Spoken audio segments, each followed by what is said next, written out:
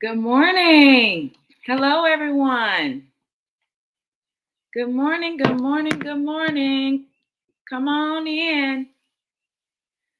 Let's talk this morning. TGIF. Thank God it's Friday. Come on in. Come on in. Let's talk this morning. Got a good topic today. All right, all right. So, good morning, everyone. Welcome back to the Empower Her podcast talk show. I'm your host, Christy Copeland. This is where our healing meets real life. And so today I got a good topic for you. So you can like, tag, share. Yeah, just anybody you know who may need this. Today's episode is called Sis, You're Not Too Much. You're Just Reacting from a Wound. Now, so y'all ready to get started? Because I'm ready to get started. This is a good topic today. So I don't know. Maybe you said things like, I don't know why I reacted like that. Why do I get so emotional? Why do I shut down when someone hurts me? If you've ever said those things to yourself, then this conversation is for you. If you know someone else who's ever said that, then tag them, bring them into this conversation on this morning, because so many women have been labeled like, oh, you're too emotional, or you're too sensitive, or you're too intense. You're too reactive. But the truth is, most of our reactions, they're not personality flaws. These are survival responses. So once we understand that healing becomes possible, then we're able to do something about these things. So today we're going to talk about reactive patterns, what they are and where they come from. All right. So y'all ready to get going on this? I know I am. I know I am. So let's get started, everybody. Um, I want to talk about how we can start responding to these things instead of reacting to these things. So there's a difference between responding and reacting. So let me say this right now before we go any further. I just want to tell someone, you're not crazy. You're not crazy. You're not broken. You are reacting from something that once hurt you. Okay? So let's just go on and get that out there. You're not crazy, you're not broken. You are just reacting from something that once hurt you, that may have been traumatic for you, that you didn't process, that you didn't talk about, that you didn't deal with. And so, what happens when we've had a traumatic situation or a situation that has hurt you deeply and you don't process it, you don't take the time to deal with it, you kind of just sweep it under the rug, that doesn't go away. All it does is it gets stored. And then when you get triggered by something, boom, then that's where the reacting comes out at. And so that's when, you'll hear those comments like, oh, you're doing too much. Oh, why are you acting like that? It wasn't that serious. But it might not have been that instance that was that serious. But this is something that has been stored that you did not deal with before. So I just wanted to say that before we get into this. So let's talk about it. So with our first, the first part of this, we're going to talk about what are reactive patterns. Okay. So reactive patterns, they're automatic emotional responses that happen when something triggers an old wound. Because what happens is you have these wounds and then your nervous system remembers these things in your mind. Your mind, I always say this, your mind doesn't forget. Just so you know, your mind doesn't forget just because you push it and sweep it under the rug, just because you don't want to think about it. Your nervous system doesn't forget because your mind doesn't forget. Okay? And so your nervous system remembers things that your mind may not even consciously recognize. And so when something reminds your body of a past hurt, say like rejection or abandonment or criticism or betrayal, then your nervous system is going to start to react. to what it remembers, what your body is remembering. Not because you want to, because some of us want to forget those things that happened to us. Not because you want to, but because your nervous system has learned to protect you. So when you snap quickly, or when you shut down emotionally, or when you over explain yourself, or when you're trying to fix everything, you go into this people pleasing mode. Why? Because your nervous system is talking now. These reactions, they are not character flaws. Okay? So say that again, to say this to yourself: I'm not crazy. I'm not crazy. This is not a character flaw. This is your nervous system remembering something that hurt you. So somebody put that in the chat. I'm not crazy. I'm not too much. My nervous system is reacting to something that it remembered that wasn't so pleasant for me. So they are basically emotional muscle memory. So let me say that again. Reactive patterns are emotional muscle memory. Your brain learned a response that once helped you to survive. But survival responses don't always work when you're in healthy relationships. So we're going to talk about that today, so that you can learn how to navigate your relationships in a healthier way, and not in a survival response, or trauma response, as we also can call them. So, I've had so many women, just people in general, to sit in my therapy chair and say, I don't know why I reacted like that. And sometimes I'm able to tell them, well, yeah, you do. You just haven't met the wound yet. Wow. You just haven't met the wound yet, because somewhere in your story, you learned, if I don't explain myself, then somebody's going to misunderstand me. If I don't fix everything that's falling apart, if I don't fix it, everything's going to fall apart. If I speak up, then someone is going to leave. If I show emotion, then I might be rejected. So this is your nervous system responding. Somewhere along the line, you learn that this is how you needed to respond in order to get the results that you need. So now, when something even slightly feels like those experiences, then your nervous system starts to react. And not because you're dramatic. Let me say that. Not because you're dramatic, but because your body remembers what your mind tried to forget, but could not. Okay? All right. Yep. Y'all, come on. Keep it coming. Keep it coming. Yes. Yes. Come on. I want to see those comments. Yes. Good morning, Miss Dee Dee. Good morning, Miss Monica. Yes. Yes. So let's talk about it, y'all. We're going to keep talking about it, because this is a really, really good topic on this morning. And I think it will help a lot of us in our relationships. So that way we will know that we are no longer going to react, but we are going to respond. Okay? And so let's talk about why women wear what I call this invisible cape. Now, this is where I want to connect something that many of you've heard me, talk about before. The invisible cape. Actually, my last book was Invisible Cape. So many women grew up being assigned roles that, shaped their emotional responses. Like we became the strong one, or we became the fixer, or we became the peacemaker, or the caretaker, the one who keeps it all together. And so before we knew it, now we're wearing this cape. We're wearing this invisible cape called responsibility. And the responsibility is not just for ourselves, but for everyone else's, as well. And somewhere along the line, we thought that we were responsible for everybody's emotions too.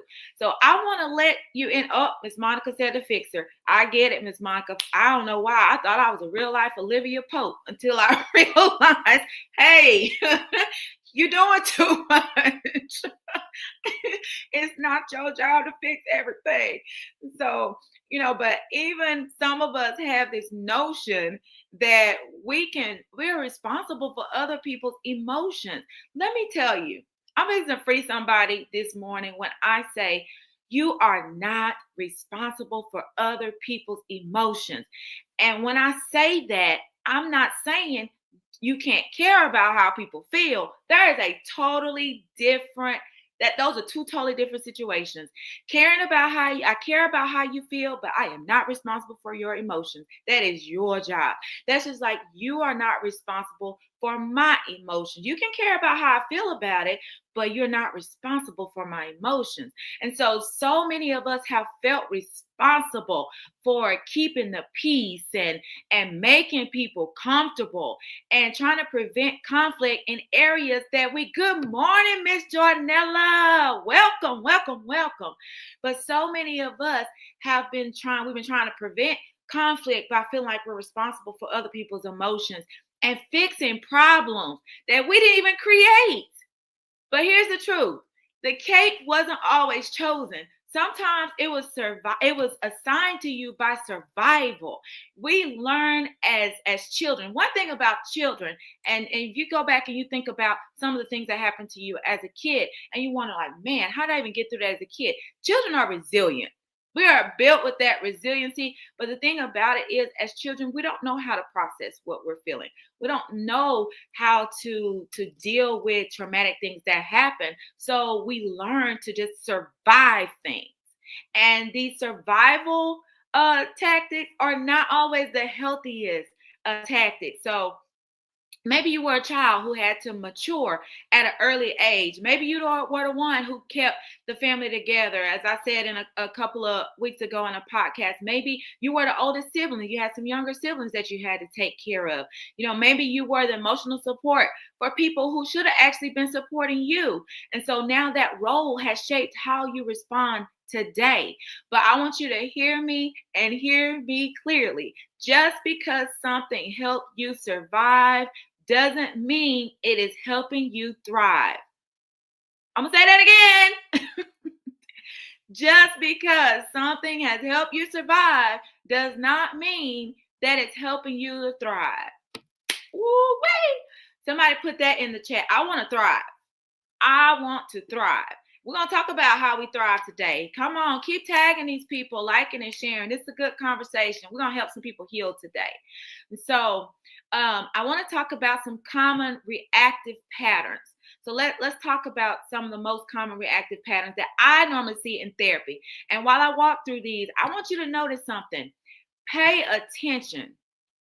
Pay attention to the ones that make you say, whew, uh-oh, that's me.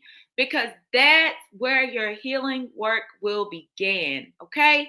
So I'm going to start with the first one. I know it's a lot of people deal with this. I used to be one.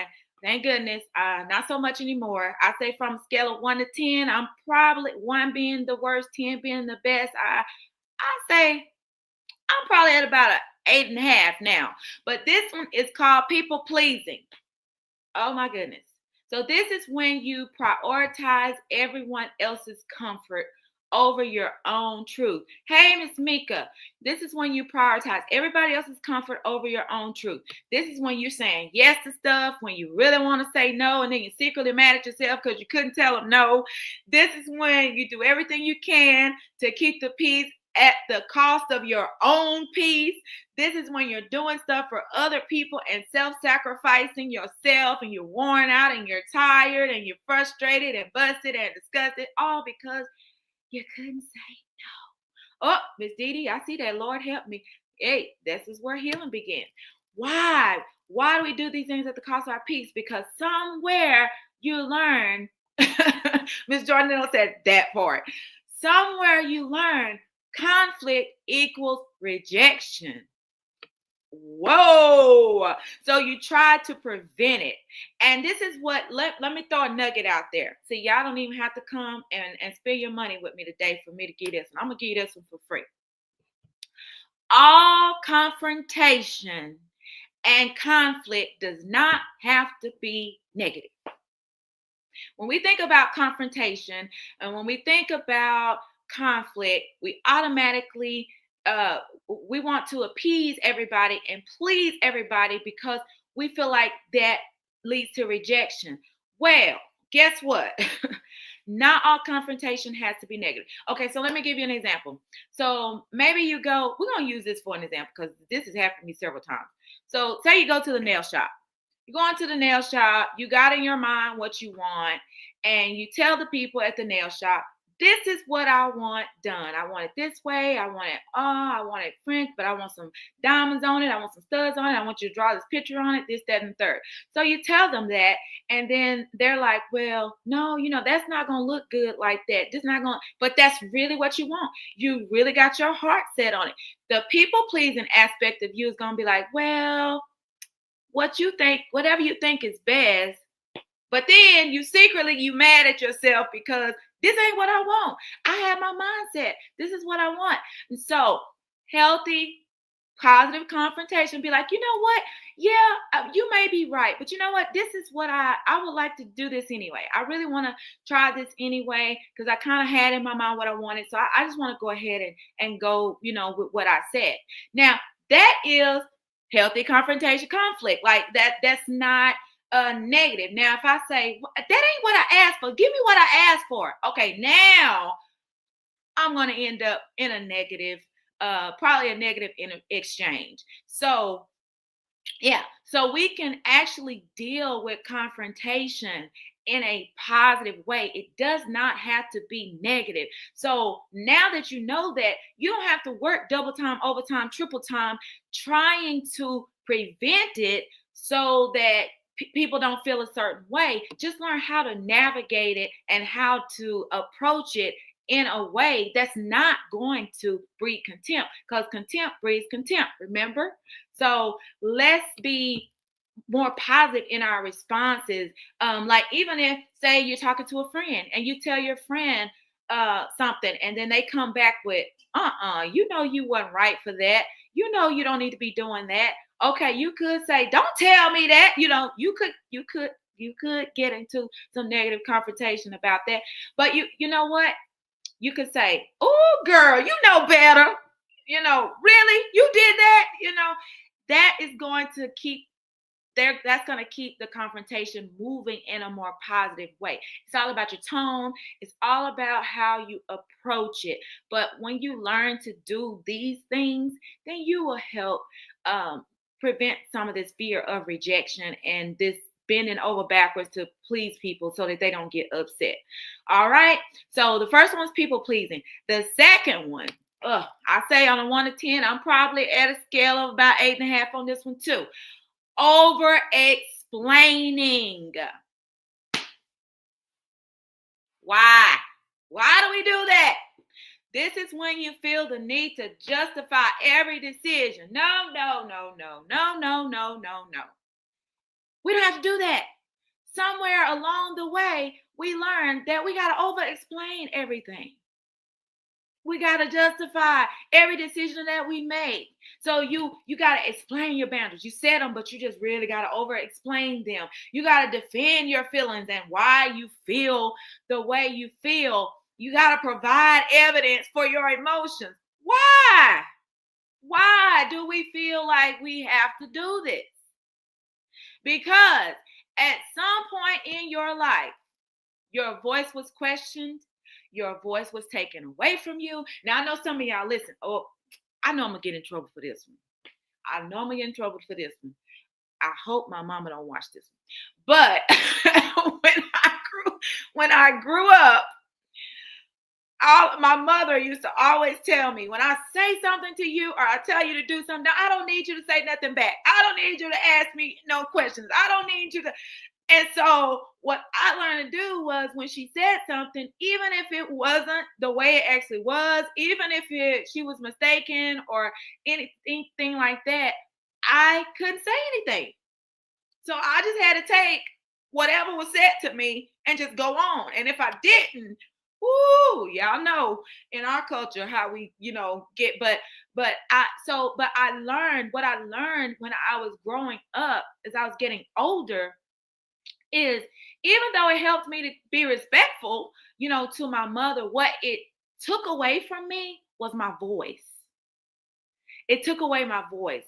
So that's where my people pleasing became, because then when people would say stuff like you get accused of things, or things happen, or there's things you don't want to do, but you go ahead and do them. That's because your voice has been taken from you, because you weren't able to speak up, or you weren't able to ask questions, or you weren't able to question people's intentions, or motives, or anything. So then you grow up not having a voice. And then people can run over you. People can take advantage of you. And so while it does help you to be respectful to your parents, in the long run, it is kind of damaging. And I always tell my parents, especially, with their children. And when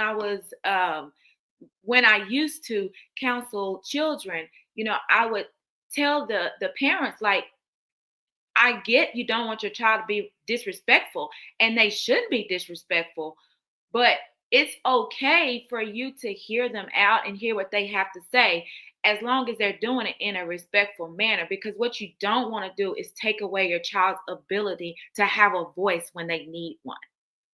So that's where a lot of us come from.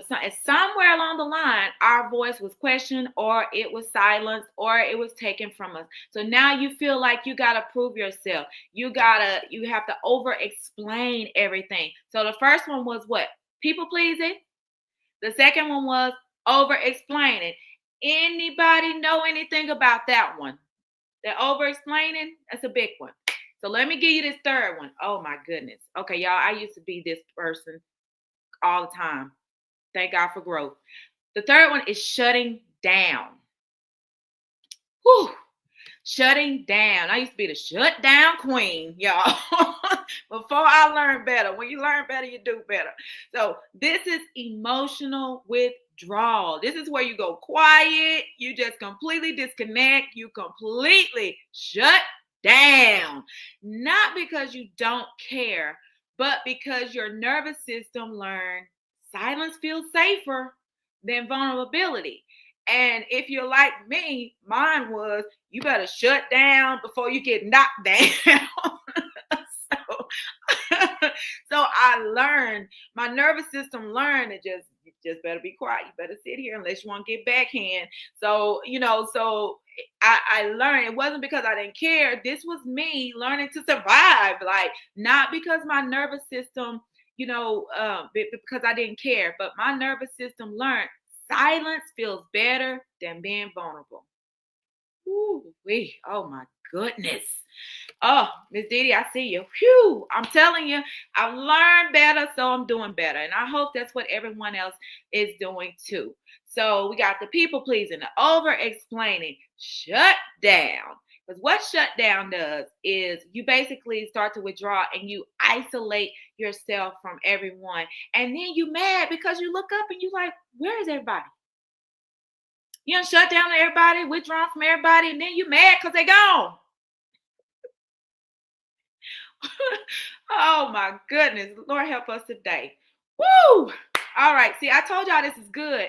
Y'all come on in. Get some people in here. Tag them, because I know some more people need to hear these things. We'll be on our regularly scheduled time soon. But right now I'm doing physical therapy. So that's why the time differences. But let's get this to the next one. The next one is controlling. Okay. A lot of people say they're not controlling. Some of us are. Some of us are. Now, this may surprise people, but control is often a trauma response. Let me tell you, this was something too. I'm just telling on myself today. My God. Okay, so yes, I had control. I say maybe on a scale of 1 to 10, I'm probably at a 6.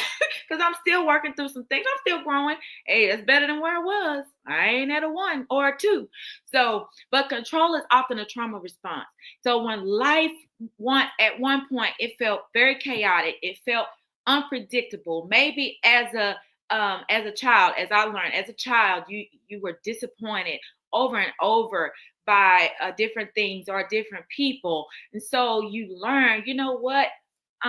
It's better for me to just do it myself and take control over this than to be vulnerable and let someone else give it into somebody else's hands, and then they sit up and they mess it up, or they don't come through, or they leave me hanging. So now I know if I'm doing it, if I don't know anything else, I'm gonna show up for me, regardless of who else ain't gonna show up. I know I'm gonna show up. So now you become somewhat of a control freak. Yep, I said it, control freak, because you understand that if they don't show up, that's all right. I got me. So a lot of times you end up, you assign things to people, or you give people things to do.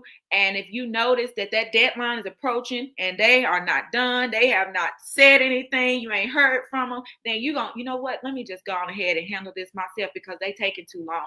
And you still got a whole week out before the deadline. That's where the control comes in, because at some point your life felt so chaotic and unpredictable that you learn, you know what? I'm safer. I feel safer when I'm handling it myself. I can't depend on nobody. I just got to do it myself. So you may now try to control situations so that you feel safe. So control is basically fear wearing an armor. Wow. It's fear wearing an armor. All right, somebody put in the chat, release control. Release the control. I know it's hard to do. But you know what? And I say that, which I'm going to get into some later, but release it a little bit at a time. Because I know that's going to shock some of y'all nervous system.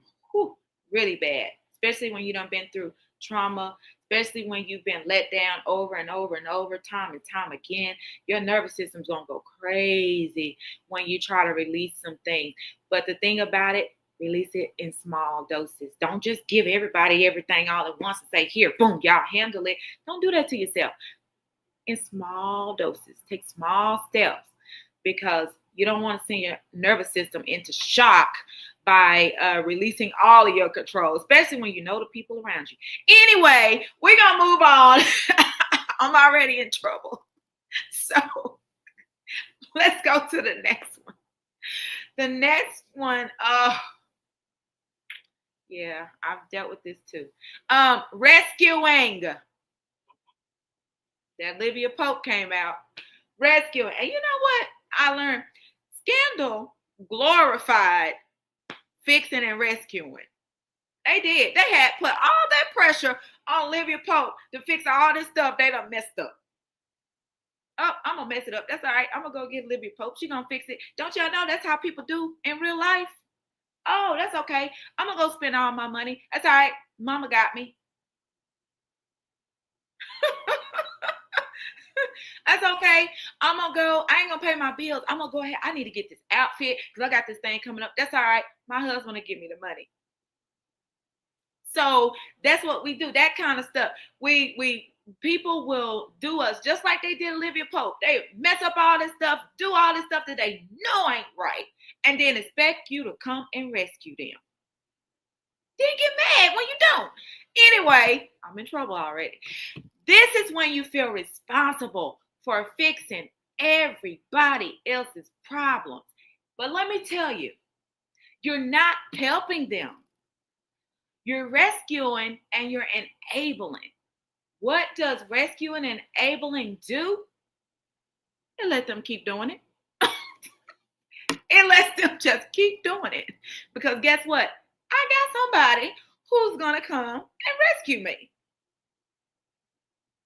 So you step in, you're carrying their burdens, you sacrifice your peace to help them, because somewhere along the way, you learn that love equals responsibility.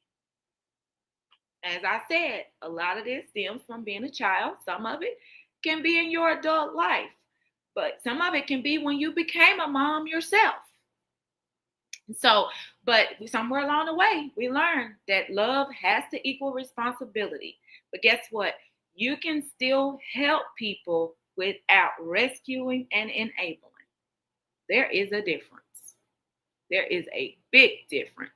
And so we'll talk more about that. But let's get to the next one. Avoiding. Now, how many of us find ourselves doing this? Avoidance. This is when you dodge hard conversations. This is when you delay confrontation. You like put it off because you don't want to deal with it. You pretend like things are okay. Hey, Miss Angela. You pretend that things are okay when they're not. You know they're not okay. Why?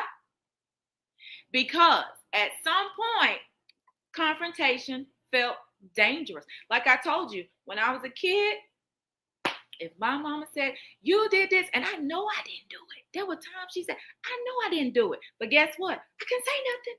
Because as soon as I open that mouth, whoop, up. I love my mama, y'all. But at some point, you felt that confrontation felt dangerous. So it was better to avoid it. So your avoidance became protection.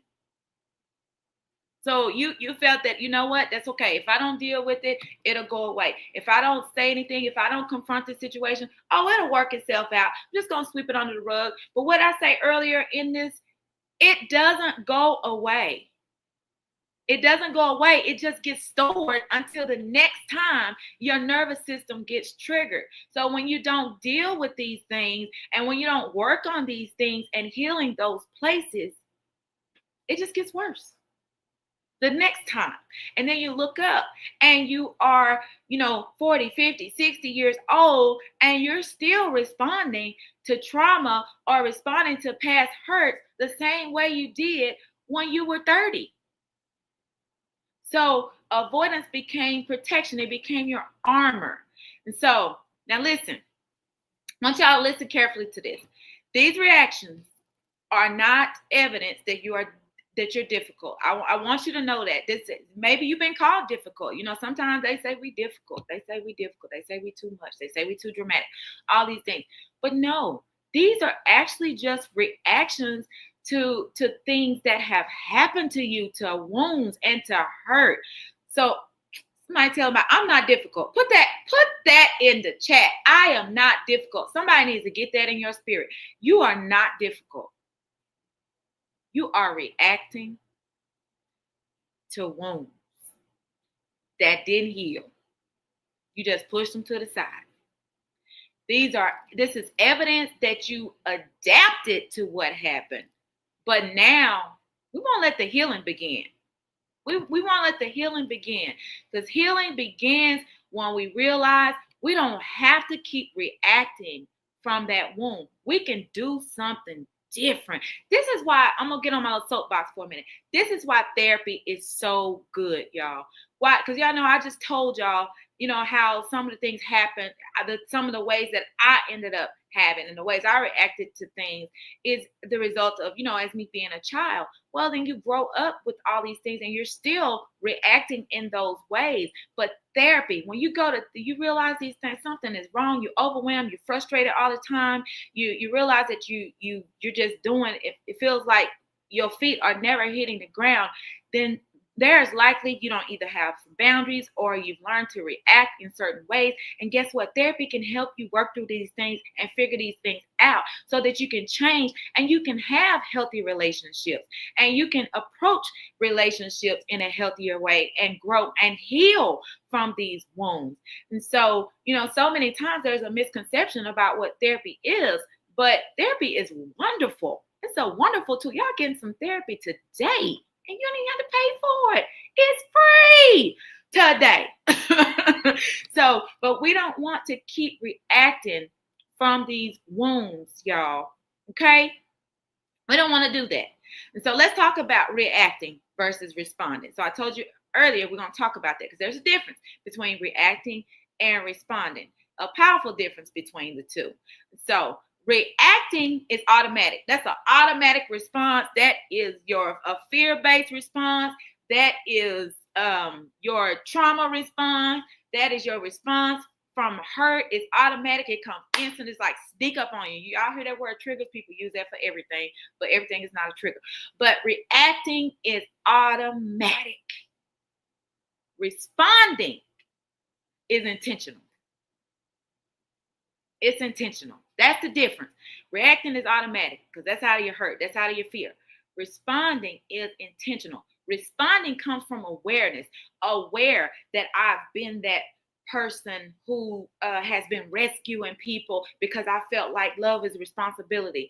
Responding comes from awareness that, you know what, I'm a huge people pleaser because in the past, when I've spoken up for myself, people didn't receive it well, or people ran away, or people left, or people rejected me. So responding is being aware of those things. So let me break it down.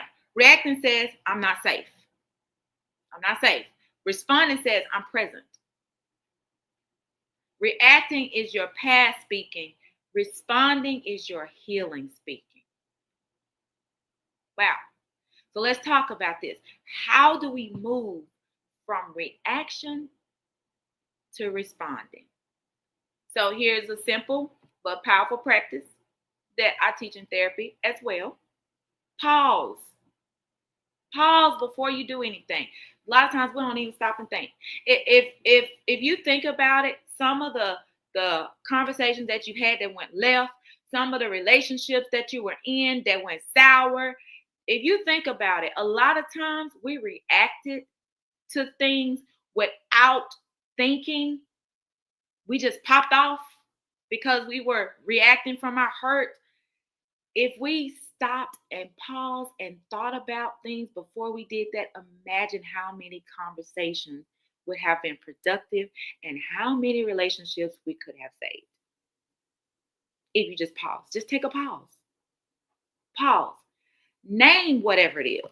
Like pause, give your nervous system a moment to kind of catch up, even if it's just 3 seconds, 5 seconds, 10 seconds. And then name it. Name it. Ask yourself, okay, what am I feeling right now? I know I just got upset. I got mad. But why did I get mad? Was it because I felt disrespected? Did I feel hurt? Did I feel pain? Did I feel embarrassment? What am I feeling right now?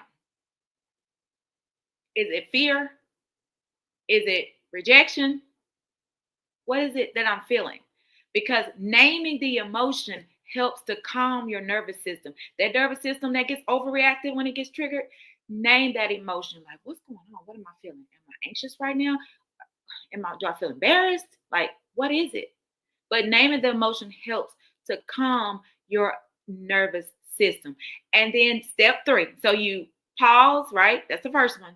What's the second one? Name it. Name it.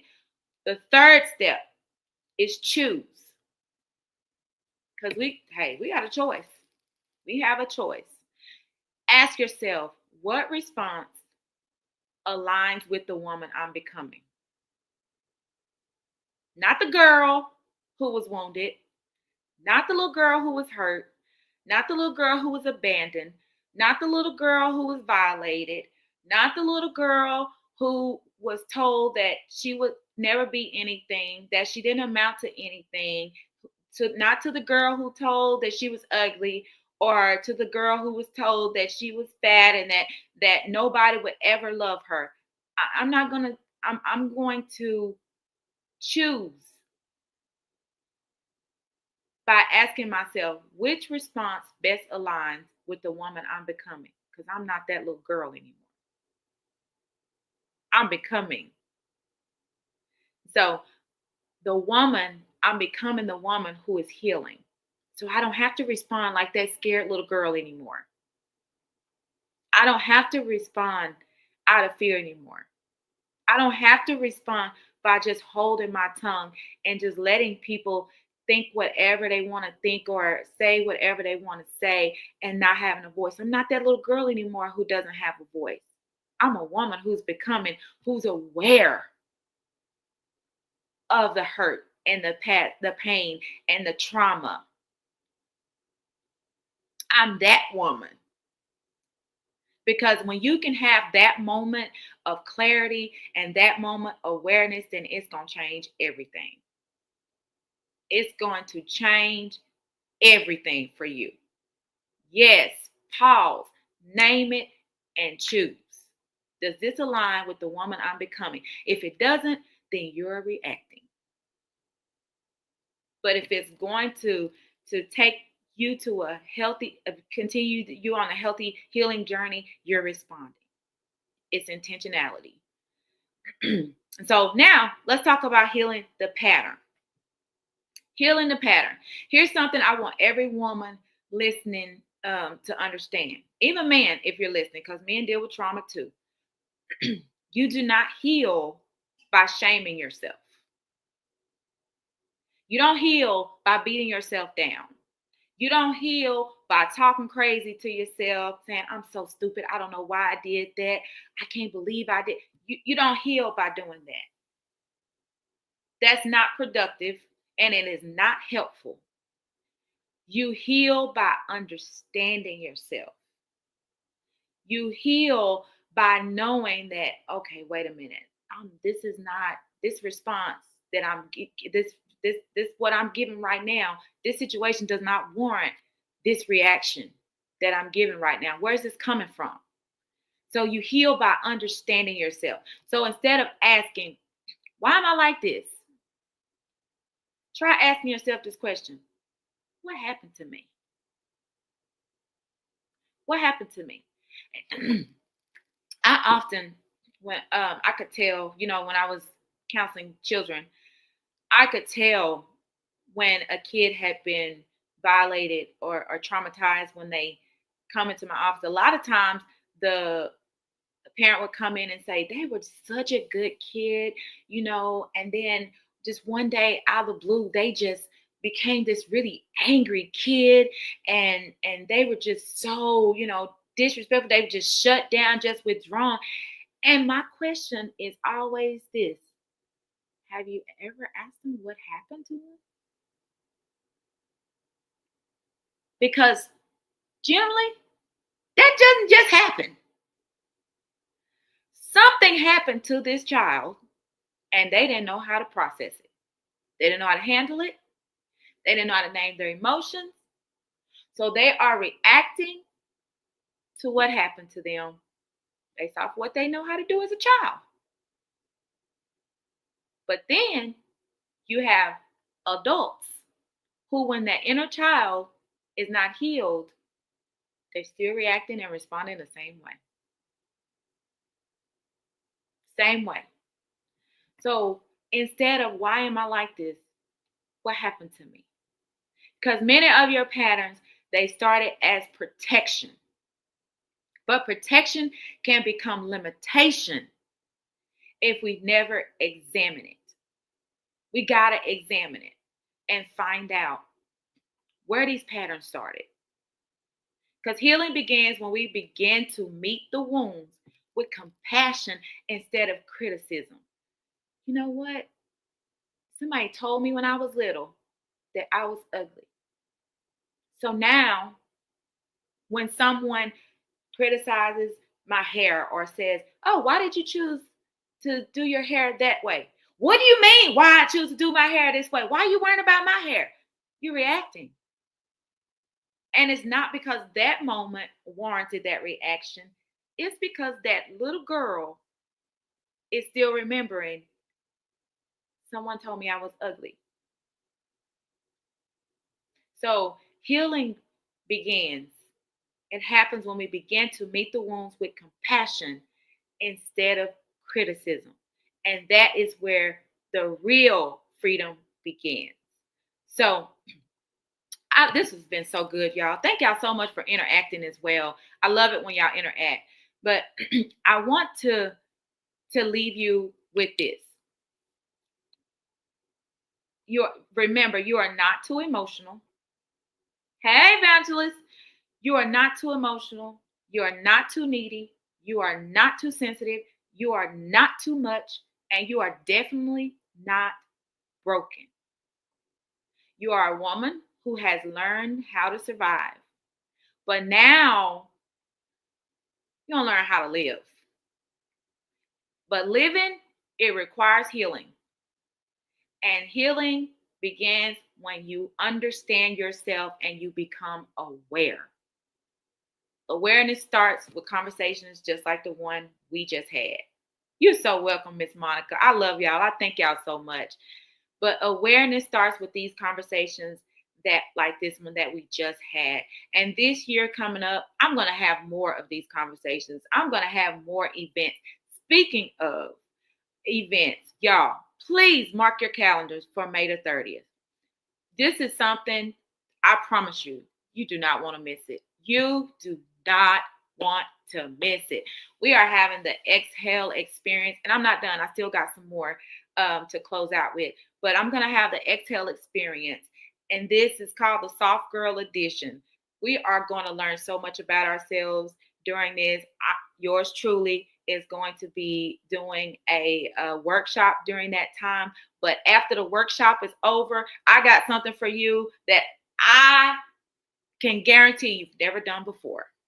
You're going to have an experience that night. Trust me when I say you are going to have an experience that night. This was a God vision. And I said, God, I ain't never done this before. But guess what? I'm going to learn because he's going to teach me. And so, but May the 30th, that is mental health awareness month is May. So I am doing this event for mental health awareness. And it's only $20. That's all. It's only $20. My therapy session is 6 times that. But it's $20. There you go. Mark it on your calendar. Tell your friends, tell your sisters, tell your aunties, your cousins, or whomever. Y'all come on out because it is limited capacity, y'all. But it is going to be amazing. If y'all ever been to any of my events, then you know I don't have to do anything. And this is going to be no exception. It's going to be something I guarantee you have never experienced because I've never done it. But we're going to do it together. So, but I want you. Oh, and also mark your calendars for June the 26th and 27th. The EmpowHER experience is coming back. June 26th, 27th. The devil tried to block it, but it's coming back. June 26th and 27th, we will have the EmpowHER experience. Y'all, it's going to be amazing. It's going to be amazing. But I want to leave you with this. You don't have to wear this cape anymore. Remember that going into this weekend, as you process all that you've heard, you don't have to wear the cape anymore. You are allowed to rest. You are allowed to heal. You're allowed to become the woman that you were always meant to be. And again, as always, I thank you. I love y'all for watching. Thank y'all for joining me. Hey, Pastor Family, I'm so sorry that I missed you this morning. I'm going back to my regular time as soon as this physical therapy is over. But thank y'all so much for joining me on this EmpowHER Experience podcast. I'm going to see y'all next week. I hope y'all got something out of this and enjoy your weekend. Yes, enjoy your weekend. Get your vendor booth, Miss Angela. I need some of those pineapples. I need some pineapples, mango, green apple, fruit punch. I need some. But until next time, y'all, till next week, I love y'all. Thank y'all so much. Have a great weekend. And y'all be amazing today. Hey, Carvetta. Hey, can't wait to see y'all again. I love y'all, ladies. Have a good one. Bye-bye.